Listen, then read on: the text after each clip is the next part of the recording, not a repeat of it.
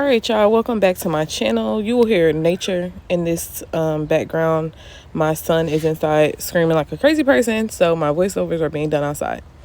But as you can see, this was a Christmas set. I actually recorded that set and I have not posted it yet. I believe now that since it is July, I will be just posting this Christmas set later around Christmas time. It'll be nice to see all of my growth by then as well. But I will not be posting any Christmassy sets. Maybe some that kind of give Christmas, but this was ho ho ho Christmas, baby. We don't need this in July. So I just took all the polish off. This was just a fill-in.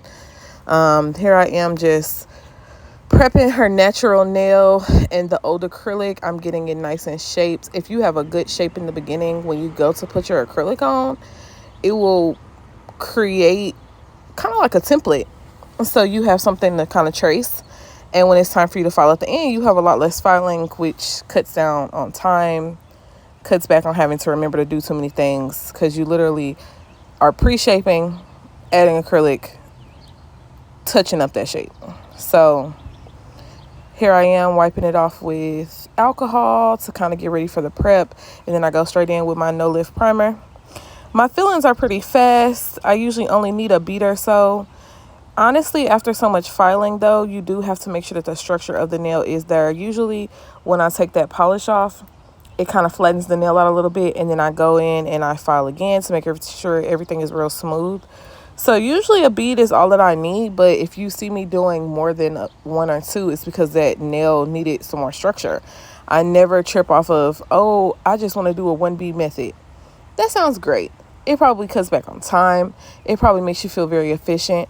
But what happens if my one bead doesn't give me the structure I need? Like, I need a structured nail. That is my goal here. Never a one or a two bead, because one, everybody's fingers is different. Every time I'm using usually different products, not necessarily products like the powder and stuff like that, but maybe I'm using a different monomer and it's setting a lot faster. I can't guarantee that I'm gonna be able to do one bead, but here I am just applying the acrylic. I hold the fingers down so that gravity kind of does a little bit more of the work. I just kind of direct traffic, really. I'm directing the acrylic on where to go. Gravity is pulling it down and it's going in the spot that it needs to. Here I am just cleaning up the nail with a file, cleaning up any of the excess around the edges, making sure that those cuticles are smooth and even so that it can give a nice natural look. I mean, it's not much natural to a fake nail. Fake nails look like fake nails, but you don't want it look like somebody glued a Tic Tac to your finger, you know? So here I am just making sure that everything is nice and smooth. I do have other videos where I go a little bit more into depth with my shaping and my filing. This is not a video for that, so it is sped up and you'll just see. I just kind of make sure that everything is real even. Here I am bumping her cuticles, not really her cuticles, but around the edges. It makes it look real, I think the word is flesh. I be saying plush. It makes it look like it's growing from her finger. So here I am just hitting that up, touching that up, making sure that everything is nice and smooth. It should be the tiniest space between where the acrylic starts and your cuticle starts, because if you're touching the cuticle with the acrylic, as it grows out, it will be a gap there. That will create a nice space for water to collect, and it can start to make the nail lift.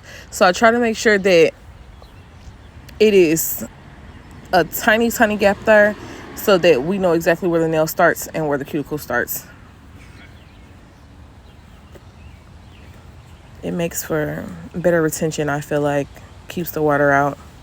Because I don't know if y'all know, if you are a brand new tech, water getting underneath the nail can create green spots. It's basically just a collection of bacteria. But if that was to continue to go on, that can lead to fungus and infections and all kinds of stuff like that. You just don't want to add that to the mix. So here I am just sharpening that shape. Like I said in the beginning, I did a really good job at shaping before I applied.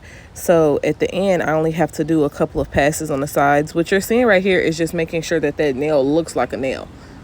So it has the curves on it. It has a cute apex. It is kind of flatter at the tip of the nail. I do follow a few girls who have, like, they say that around the tip is supposed to be credit card width or thickness. I just make sure that it's not too thin and it's not too thick, as long as it doesn't look bulky. And that kind of comes with time. You eventually get better at applying your acrylic. You eventually get better at making sure that things are structured. If you've hit your structure and it still looks a little thin, add a little bit more acrylic. I mean, it's simple. I go by what my girls need. I'm never sitting like, oh, I've added too much acrylic because I've XYZ. No, I know how much acrylic I'm adding because I'm adding it. I'm watching, I'm making sure I'm doing what I'm supposed to do. When I first started, I used to have such thick nails. Those were some Lego bricks. But over time, you just start being able to work with that brush a little bit better. You learn your ratios, you get better with powder and liquid. They work together. You let them work for you.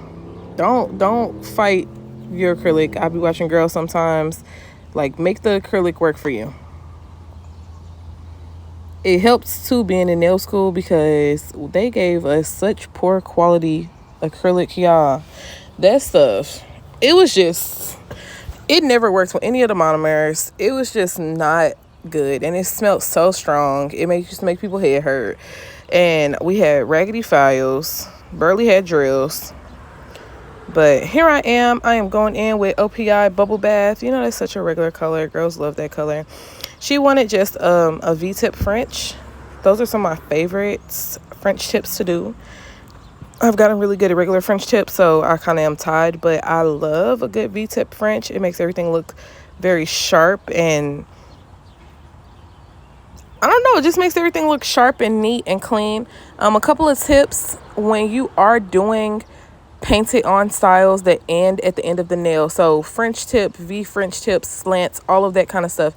Make sure that you are using a small amount of products on your brush from the start so that it does not pull at the end, because it's not like when you're painting and pulling the brush from the top to the bottom.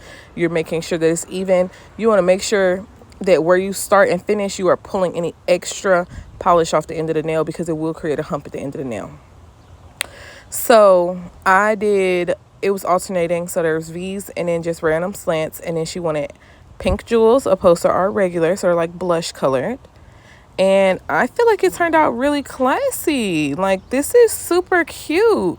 If you aren't already, follow me on Instagram at JazzyDoesTheNails __. Like and subscribe this video. Buy my book in the link and look out for my next video. Thanks. Bye.